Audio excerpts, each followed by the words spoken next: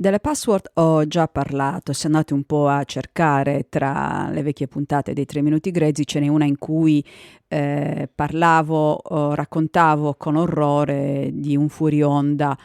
di alcuni giornalisti della RAI, mi pare in occasione di una delle ultime Olimpiadi, dove hanno fatto una figuraccia perché oltre a fare dei commenti sessisti e terribili, irripetibili sulle atlete,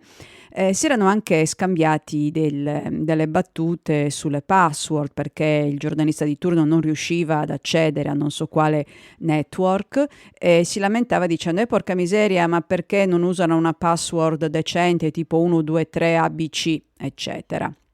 Che se avete visto Balle Spaziali o qualsiasi altra ripresa ironica di film alla televisione, quando si vuole prendere in giro qualcuno per dire ma guarda quanto è cretina questa persona, alla password 1, 2, 3, 4, 5 ABCDE. Ecco, parlo delle password perché ancora oggi nel 2023 c'è gente che non capisce l'utilità di una password difficile da capire, difficile da indovinare. Infatti quando mi capita di parlare con amici e amiche e dico io uso un gestore di password che automaticamente me le genera password che non possono essere pronunciate, che non sono parole, quindi che non possono essere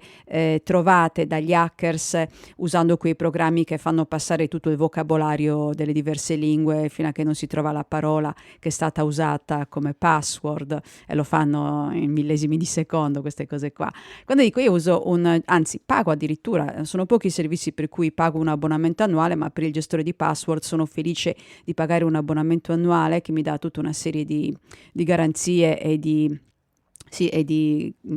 possibilità di gestire password anche con la famiglia, eccetera. E la gente mi dice: Ma no, ma cosa me ne faccio io? Ma che entrino pure nelle mie email che hanno voglia di leggere le cose che scrivo, buon per loro. E no, è qui che vi sbagliate, perché una volta che hanno le vostre password, possono non solo leggere le vostre email, direte voi chi se ne frega, ma vi possono rubare l'identità. E poi una caratteristica delle persone che non capiscono l'importanza di password forti è che tendono a riutilizzare la stessa password per un sacco di servizi, anche per servizi bancari, anche per servizi di identità, di SPID, eccetera. Quindi fatevi un favore. Usate un gestore di password, quindi non scrivete le password da nessuna parte. Col gestore di password dovrete ricordarvene solo una di password e tutte le altre verranno incluse nel sistema e potete addirittura usare l'impronta digitale o il riconoscimento facciale, quindi